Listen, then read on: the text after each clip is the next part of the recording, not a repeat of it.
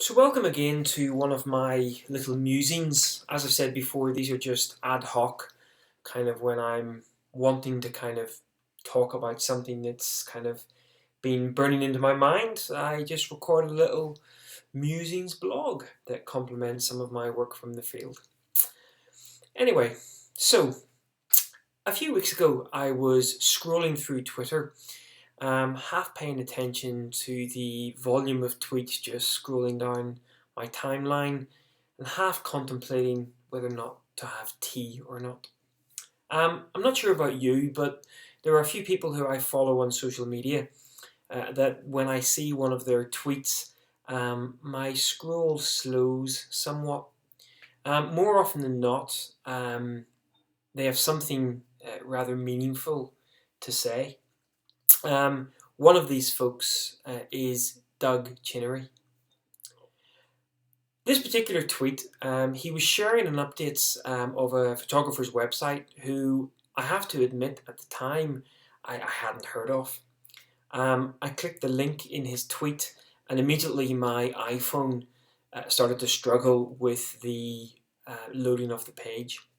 Now, normally I have very limited patience for websites which don't load correctly, probably due to my previous role in the oil field business as a global performance engineer. On this instance, however, I thought to myself, you know what? There's maybe something in there to peruse later, so I added it to my virtual reading list. And so it was over a cup of tea later that evening that I hit the link up to Valda Bailey's website. Goodness me, how time can fly when you are completely engrossed by a subject. I must have spent a good few hours happily lost in a visual wonderland. And it wasn't just her images, but her words too. They really had me craving for more. As I closed the laptop that evening, it was gone 11 o'clock and I had a 3 a.m. alarm call with the god that is summertime sunrise. I actually felt quite emotional. The images had really touched me, but I wasn't quite sure why.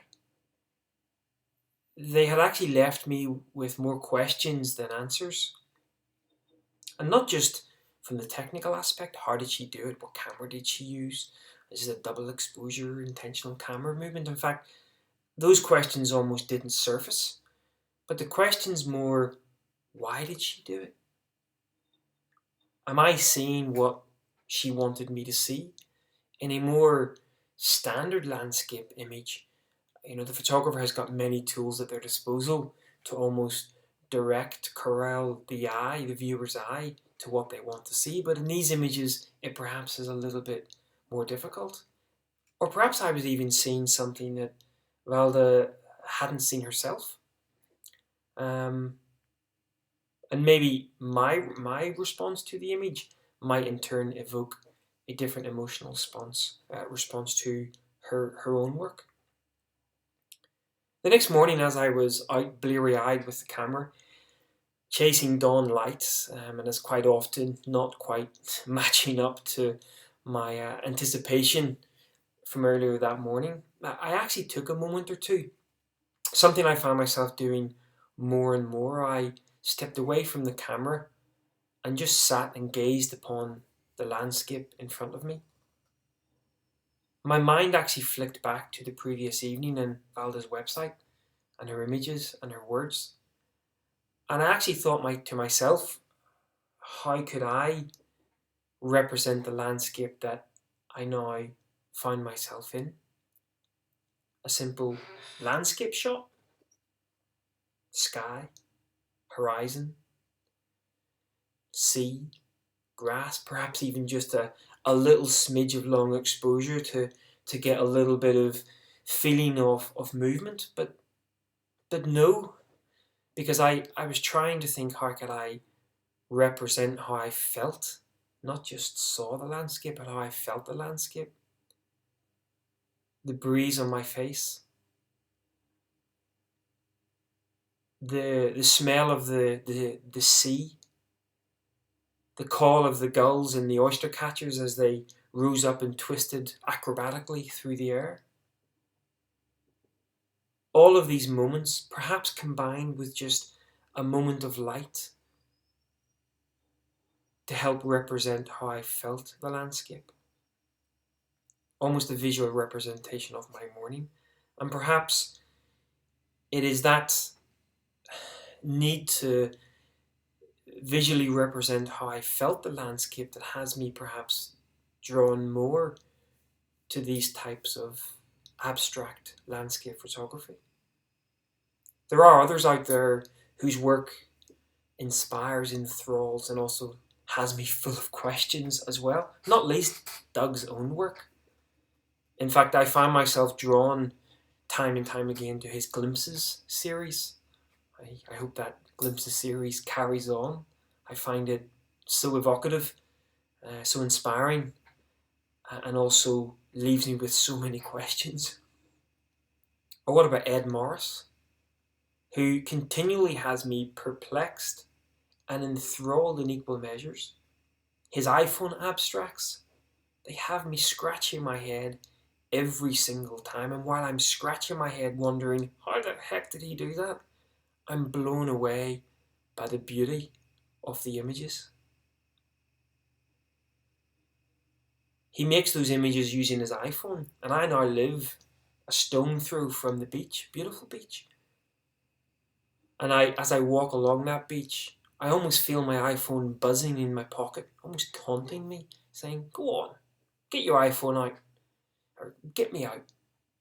How do we play with some of that abstract image work that you saw with Ed's work? And I try, and I fail. And I try, and I fail.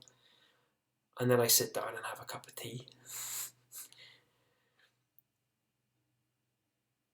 And in some kind of play and serendipity, just a few days later, I got an email from another photographer whose work and words I greatly admire, and that's David Duchemin.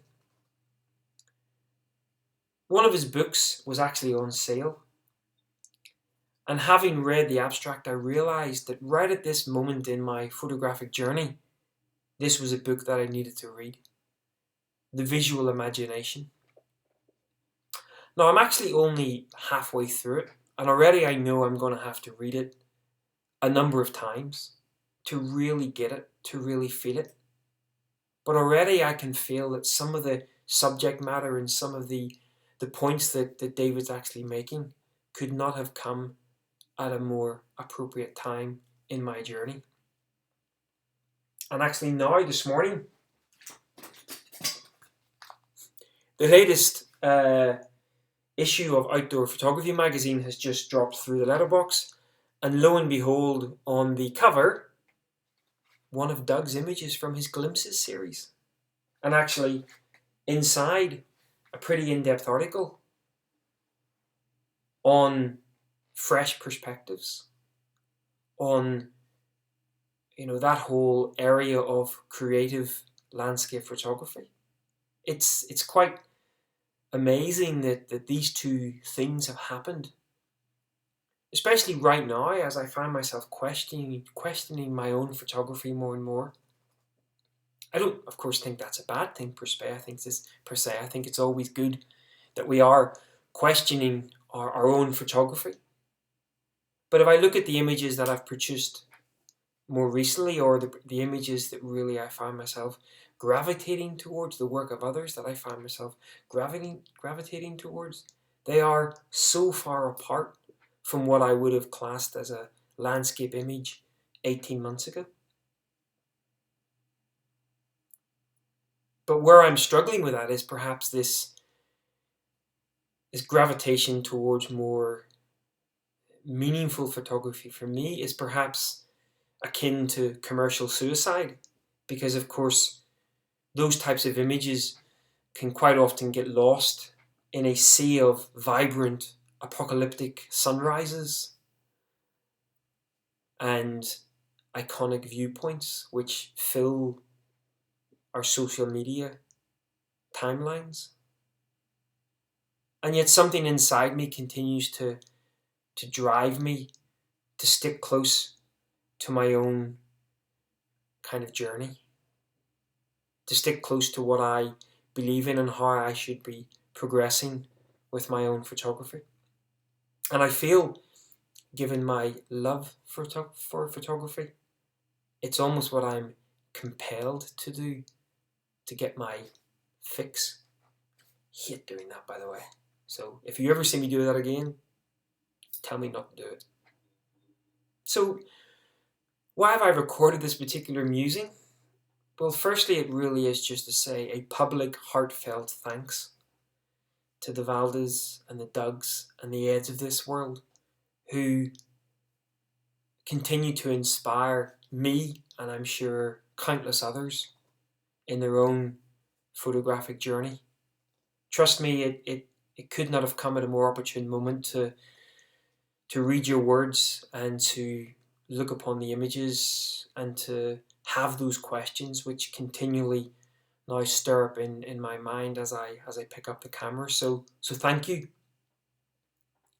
But also perhaps just for those of you watching this, all three of you, that perhaps you too are, you feel that you're making images that aren't really evoking an emotional response inside yourself. Perhaps you're shooting more to get those, social likes. Well, trust me again, at least from my perspective, as difficult as it may seem, following on your own journey rather than someone else's journey, is what's going to really help you feel fulfilled with your photography. I'll put all of the links to the various photographers in the show notes. I'm off to make myself another cup of tea and read the most excellent outdoor photography magazine.